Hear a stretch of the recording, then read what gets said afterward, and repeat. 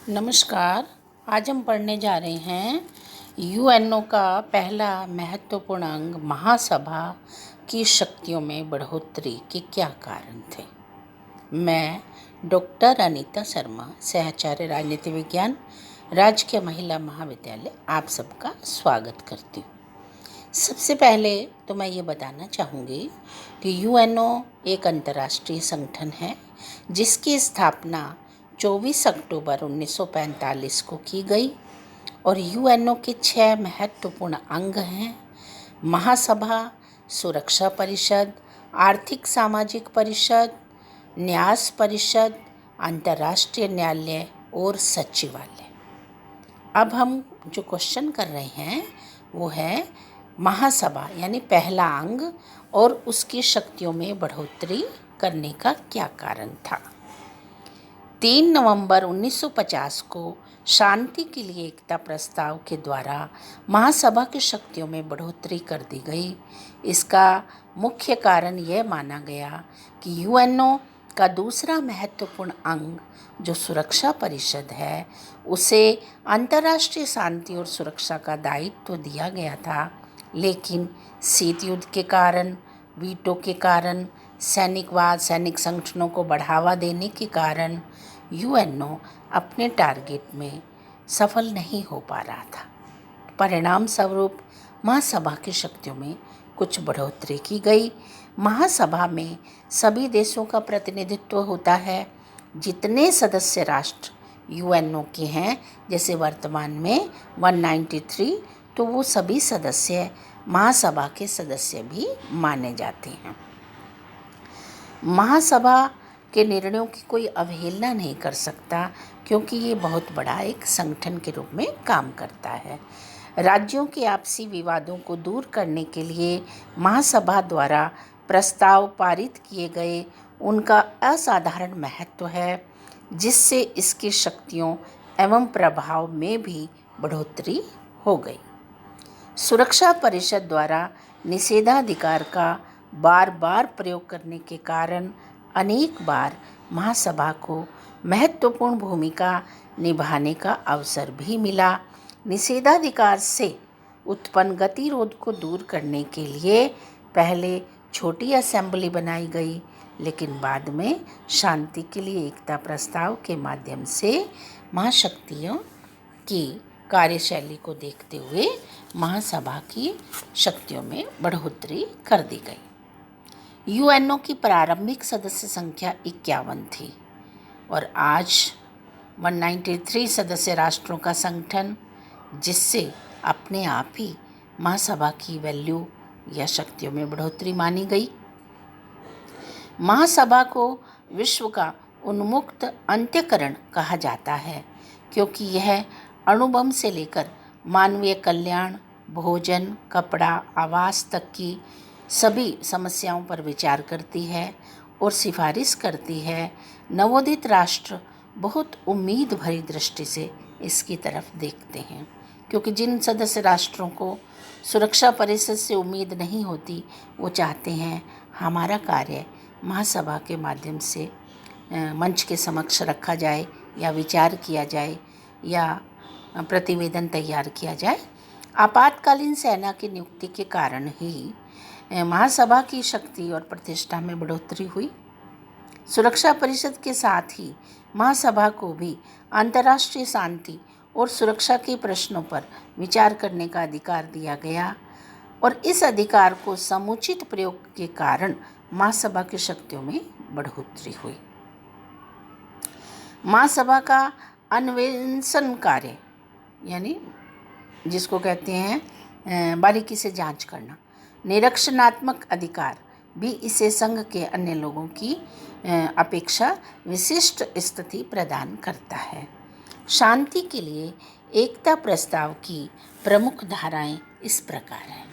यानी अब तक जो हमने भूमिका बताई है कि महासभा एक बहुत बड़ा संगठन है। महासभा यूएनओ का पहला महत्वपूर्ण अंग है। सुरक्षा परिषद जब अपने दायित्वों को पूरा नहीं कर पाई तो एक प्रस्ताव के माध्यम से महासभा की शक्तियों में बढ़ोतरी की गई। अब हम इस प्रस्ताव में क्या पावर्स महासभा को दी गई है वो बताने जा रहे हैं। सुरक्षा परिषद के किन्हीं 9 सदस्यों के मतों या महासभा के बहुमत सदस्यों द्वारा प्रार्थना किए जाने पर 24 घंटे की अल्प सूचना पर महासभा का आपातकालीन अधिवेशन बुलाया जाना। ये अपने आप में एक महत्वपूर्ण बात है। दूसरा है, प्रस्ताव ने 5 स्थायी सदस्यों सहित एक 14 सदस्यीय शांति निरीक्षण आयोग की स्थापना की। इसका कार्य अंतर्राष्ट्रीय तनाव उत्पन्न होने की स्थिति में जिसमें शांति और सुरक्षा को खतरा होने की संभावना हो, निरीक्षण कार्य करना एवं रिपोर्ट करने का अधिकार दिया गया। प्रस्ताव ने एक 14 सदस्यीय सामूहिक समिति की स्थापना की जिसके माध्यम से या जिसका संबंध अंतर्राष्ट्रीय शांति और सुरक्षा को सुदृढ़ करने वाले उपायों का अध्ययन करना माना गया है।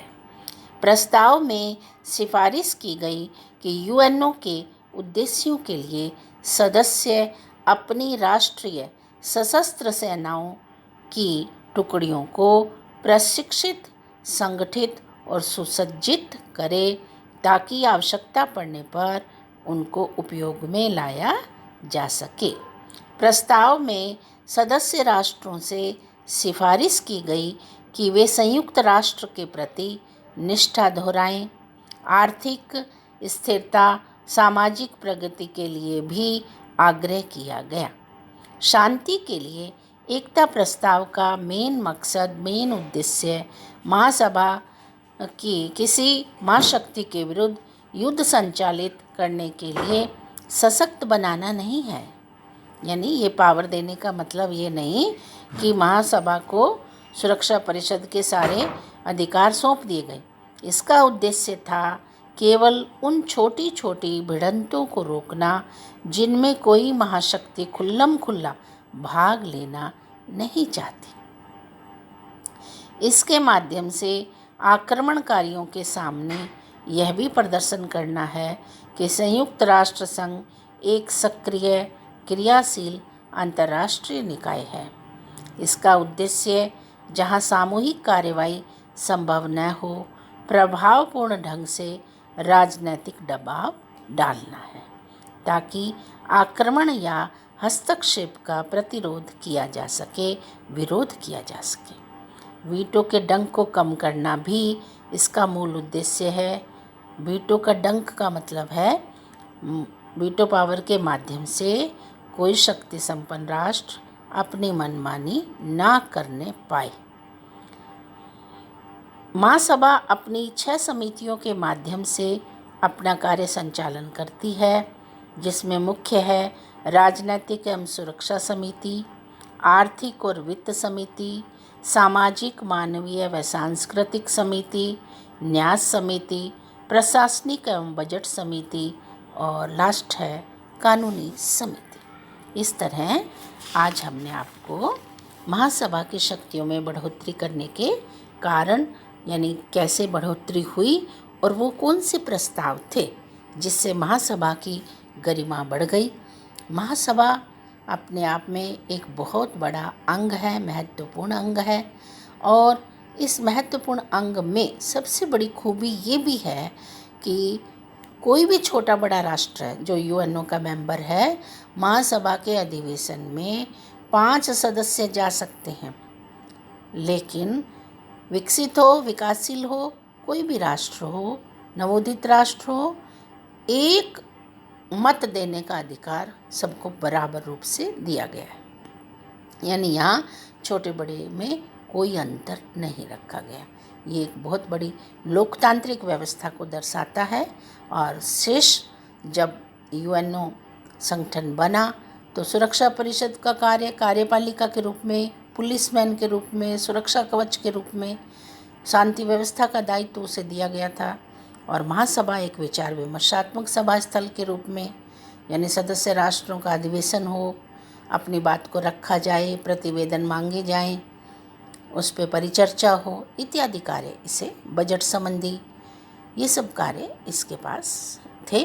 3 नवंबर 1950 का शांति के लिए एकता प्रस्ताव आज हमने आपके समक्ष रखा है। नमस्कार।